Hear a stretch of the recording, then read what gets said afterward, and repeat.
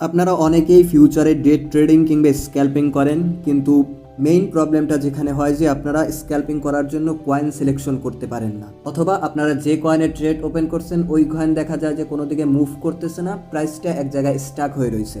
So যদি আপনারা এইরকম ট্রেড করতে চান যেখানে আপনারা খুব অল্প সময়ের মধ্যে প্রফিট নিয়ে বের হয়ে যাবেন, তাহলে অবশ্যই আপনাদেরকে এমন কোনো কয়েন খুঁজে বের করতে হবে যে কয়েনে প্রেজেন্ট টাইমে ভালো মুভমেন্ট আছে এবং ওই কয়েনের ভলিউমও মোটামুটি ভালো।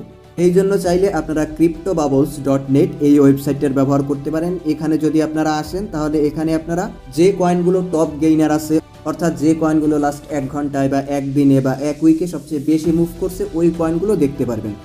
মূলত ওই কয়েনগুলো আপনারা বাবল আকারে দেখতে পারবেন। সো এখন যদি আপনারা আমার স্ক্রিনের দিকে দেখেন তাহলে আমার 1 আওয়ার একটা ওপেন করা আছে। সো এইখানে যে কয়েনগুলোর মুভমেন্ট দেখতে পাচ্ছেন এটা হলো লাস্ট 1 আওয়ারের মুভমেন্ট।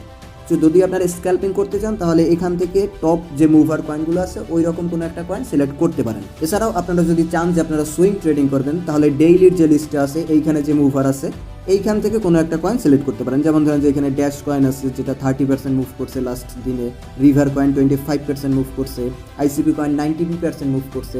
সো এখান থেকে যদি কোনো একটা কয়েন আপনারা সিলেক্ট করেন বা এর চেয়েও কম যে কয়েনগুলো মুভ করছে, যেমন ধরেন যে পেপে কয়েন 8% মুভ করছে, এরকম কোনো একটা কয়েন যদি আপনারা সিলেক্ট করেন তাহলে এখান থেকে আপনারা একটা আইডিয়া করতে পারেন যে অলরেডি কয়েন নিয়ে একটা ভালো মুভমেন্ট আসছে। সো যদি এখানে ভলিউম ভালো থাকে প্লাস যদি আপনারা মার্কেট স্ট্রাকচার দেখেও দেখেন যে এখানে একটা ভালো বাই সিগন্যাল তৈরি হচ্ছে, তো সেক্ষেত্রে আপনারা কয়েন বাই করতে পারেন।